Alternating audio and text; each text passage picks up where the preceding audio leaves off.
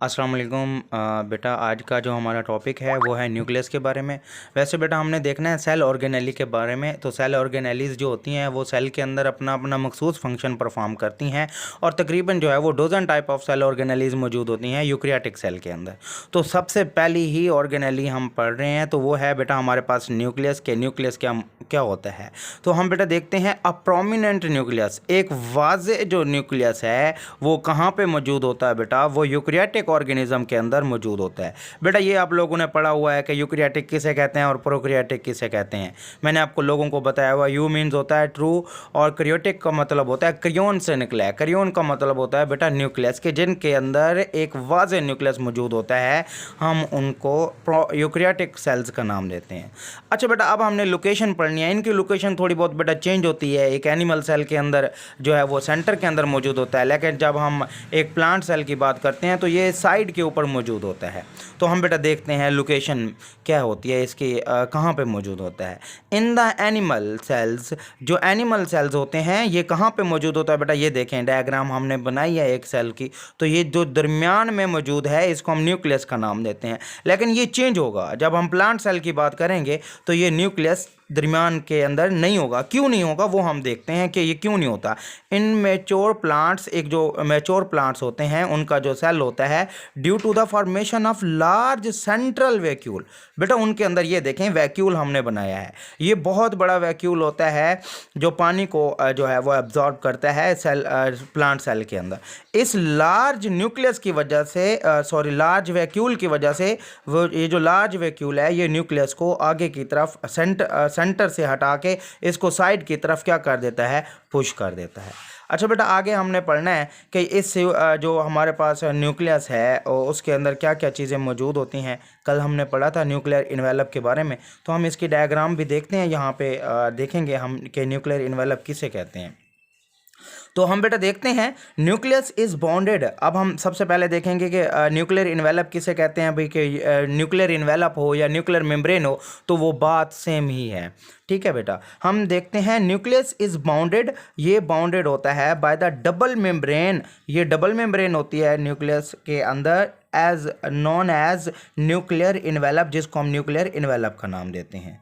अब बेटा इसका काम क्या होता है, आपने पढ़ा सेल मेम्ब्रेन के अंदर छोटे छोटे सुराख होते हैं जिनको हमने सेमी परमेबल मेम्ब्रेन का भी नाम दिया था। यहाँ पे भी वो यही बात कर रहा है कि जो न्यूक्लियर मेम्ब्रेन होती है, जो न्यूक्लियर मेम्ब्रेन होती है उसके पास भी बहुत सारे छोटे छोटे सुराख होते हैं जो कि उसको इनेबल कर देते हैं कि वो किसके तौर पर काम करे, सेमी परमेबल मेम्ब्रेन के तौर पर। मतलब बेटा ये वो काम करे जो उन चीज़ों को अंदर जाने दे जो उसमें से जा सकें और उन चीज़ों को अंदर ना जाने दो जो उसमें से ना गुजर सके।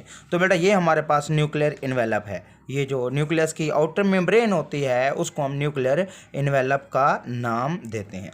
अब बेटा इसके अंदर हमने पढ़ना है एक चीज़ होती है न्यूक्लियोप्लाज्म। हमने यहाँ पर लिखा कि न्यूक्लियोप्लाज्म किसे कहते हैं।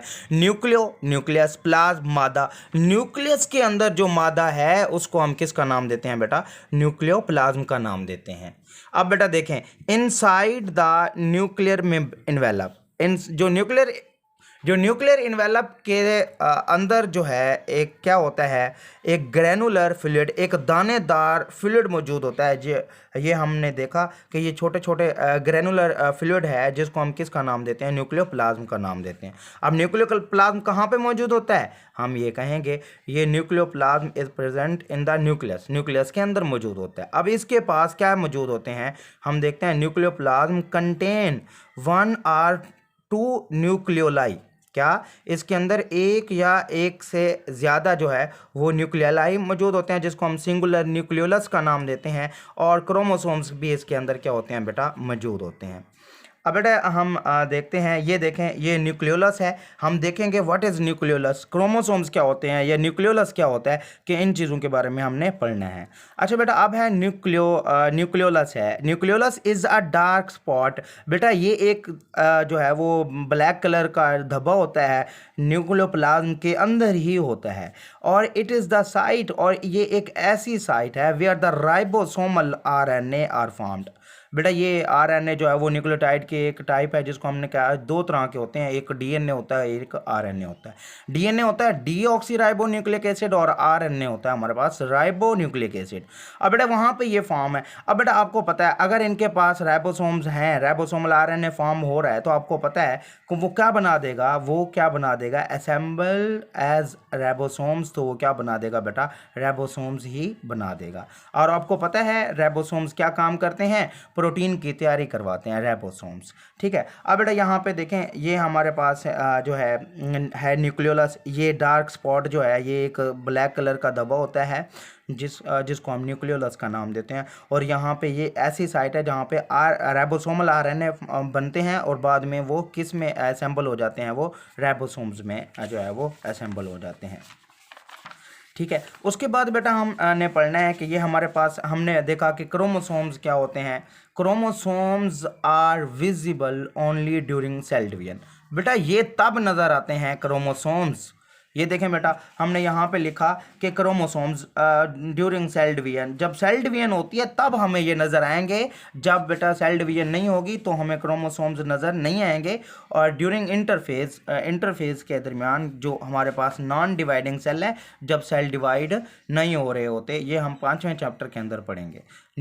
इसके अंदर क्या होता है, in the form of thread, fine thread like structure. बेटा एक धागे नुमा स्ट्रक्चर होता है, जिसको हम किसका नाम देते हैं, क्रोमेटिन का नाम देते हैं। किसका नाम देते हैं बेटा, हम उसको क्रोमेटिन का नाम देते हैं। अब बेटा ये देखें, ये जो हमारे पास एक धागे नुमा ये जो स्ट्रक्चर है न्यूक्लियोप्लाज्म के अंदर, उसको हम किसका नाम देते हैं, क्रोमेटिन का नाम देते हैं।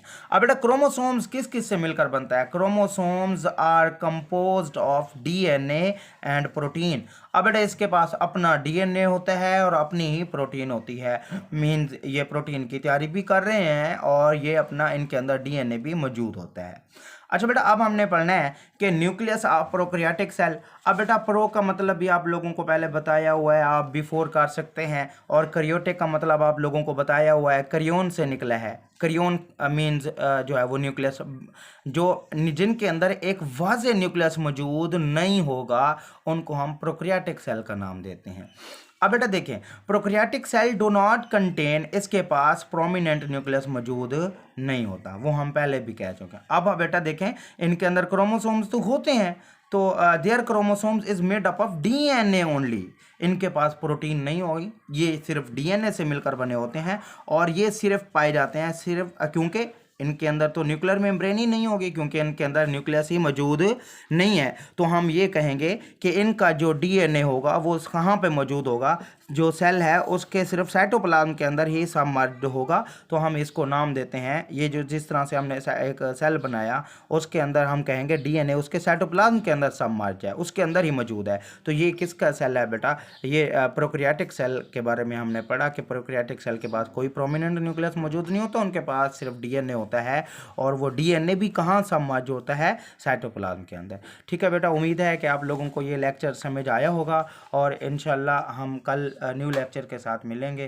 तो इस वक्त अच्छा बेटा इसको जो है वो आपने सब्सक्राइब भी करना है और शेयर भी करना है। ओके बेटा, अल्लाह हाफिज़।